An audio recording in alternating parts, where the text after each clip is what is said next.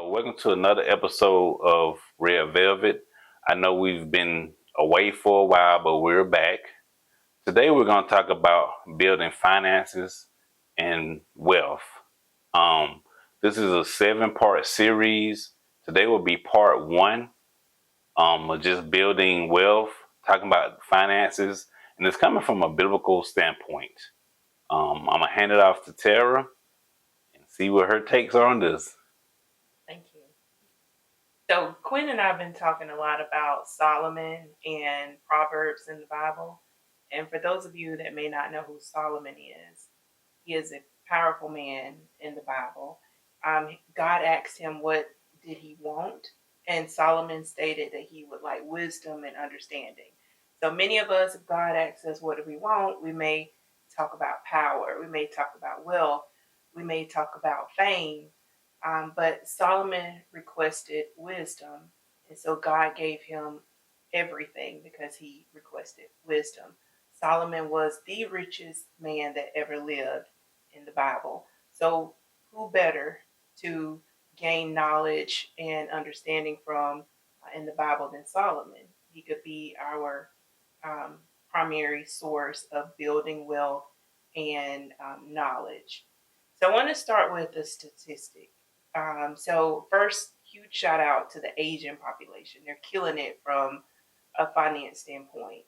So just to put it into perspective, Asians have nearly twice the amount of wealth in the household than white Americans. And then we think about it from a black person perspective.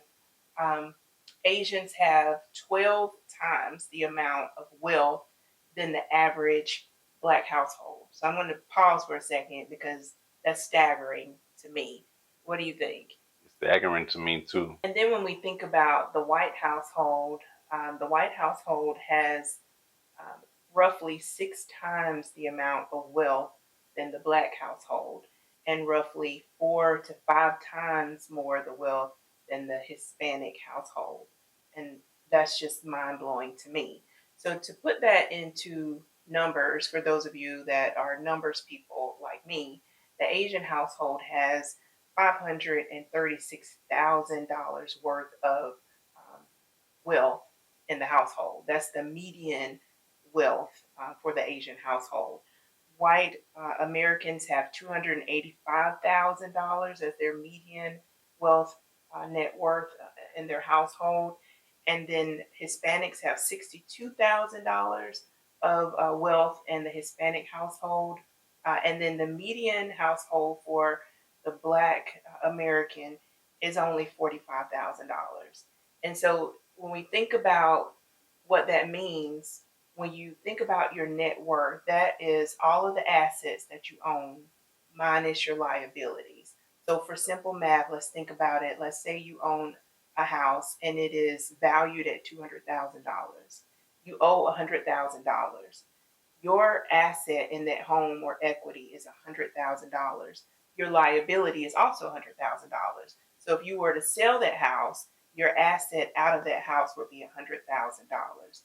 As far as the Black community is concerned, we have far less than $100,000. It's only $45,000 at the time. So then Quinn and I started talking about how can we change that, and it comes through knowledge. Um, I also want to dispel some assumptions. A lot of people think that you cannot have wealth unless you make a lot of money or you have a lot of money. It's not true. It's going to take time. It will not happen overnight. It takes discipline, it takes wisdom, it takes prayer, it takes discernment. And those are the things that we hope to convey to all of you through this 7-part series. Earlier this week, Tara and I was discussing Proverbs 4:7, which states, "Wisdom is the principal thing. Therefore, get wisdom. With all thy getting, get understanding." Like, to me, wisdom is the what, right? So what we're trying to lay the foundation for is the why and the how, and that's what we plan to do with this 7-part series. The problem is not money. The problem is the relationship that people have with money and not understanding financial literacy. So that's what we're trying to just picked, break down, and get an understanding so everyone can build financial wealth. Also, we discussed Proverbs 3:9, which states, "Honor thy Lord with thy substance and with the first fruits of thine increase."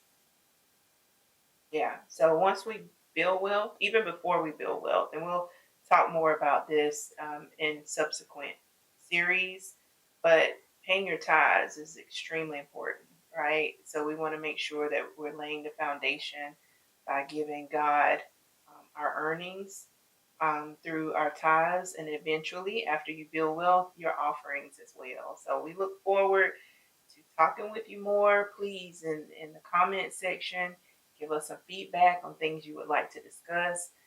We love talking about building financial wealth. We want everyone to be successful financially and pass it down to their children. Yes.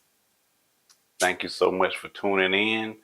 We do look forward to you viewing this episode along with the other 6 um episodes that we have coming following this one. And stay tuned to Red Velvet for more influential information that we have. Thank you.